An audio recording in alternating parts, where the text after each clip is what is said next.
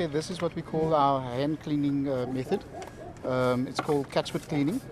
And what the guys do is they get into the catchments as you see there. Okay. And yeah, basically there's no machine work involved just yet. But at the later stage, the mechanical truck will come afterwards and clean out the stormwater connection leading into the main line.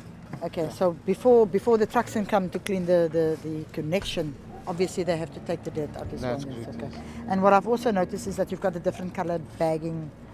Does that mean that this is collected by the company that you've outsourced, that they've got to take the bags away? The as different well? coloured bags is used to distinguish between the city's waste solid waste collection bags and obviously the private contractor. Okay. So if there is a complaint that comes through, we'll be able to determine determine exactly who's responsible, for. Is this done the removal. simultaneously? I mean, there's no ways that these bags is going to lie here once the winds get and the dirt blows all over the show again. As part of the tender, it is supposed to be taken away immediately. Okay, on as the day. they clean from one Unless they catch pit are. and go into another one. All right, okay. What we have seen here is that we visited an informal area as well as a formal area, especially the one that we went out to in the Heideveld area.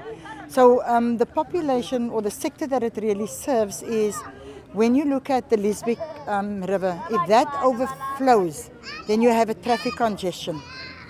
Because it's going to be very difficult for cars to go through.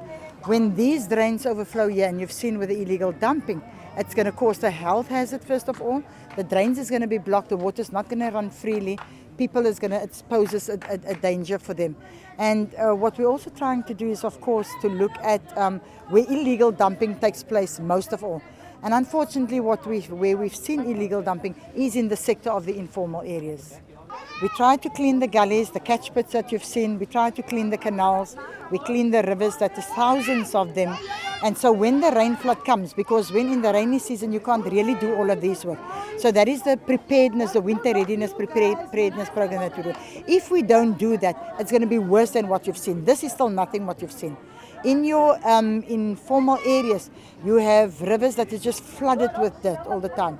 But it's important that the impact of what is happening depends on the other sector of the Department of Waste Collection. So it is important that we work together as a team, that we work in a simultaneous program, that where they clear the waste, we come up and just clear the drains too. And of course, the impact that it will have is that it's less on the reactive work that is done.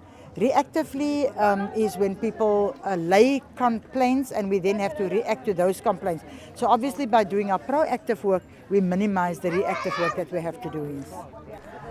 Well, you can see just from the responses of people and let's say their body language, it's a challenge to educate people. Because the first thing that I experience now when wanting to hand out the pamphlet is the person say we want homes. And so what they believe is if they live in a proper home, they won't have this. But in the interim, the city has got a backlog of almost 460,000 homes that is needed for our people. And so in the interim, what we have to do is to educate people in terms of what they can and cannot do. Again, it brings me back to the illegal dumping. We provide skips in most of the areas, but you'll find soiled nappies, dead animals lying around the skips and the dirt and not inside of the skip. So it's important that they are being educated in terms of what is it that they can do to assist the council of having to clean up in the area.